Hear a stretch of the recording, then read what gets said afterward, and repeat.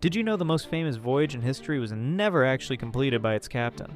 Ferdinand Magellan gets all the credit for the first trip around the world, but he died halfway through and never finished it. Magellan was Portuguese, but he betrayed his own country to work for Spain instead.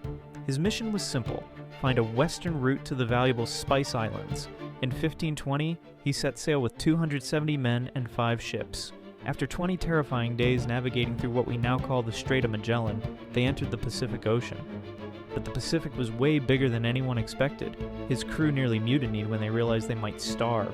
Then came the fatal mistake. In the Philippines, Magellan tried to force local warriors to convert to Christianity. On Mactan Island, Chief Lapu-Lapu fought back. Magellan's guns failed in the shallow water, and bamboo spears struck him down. Only 18 of his original crew made it home under Juan Sebastian Elcano.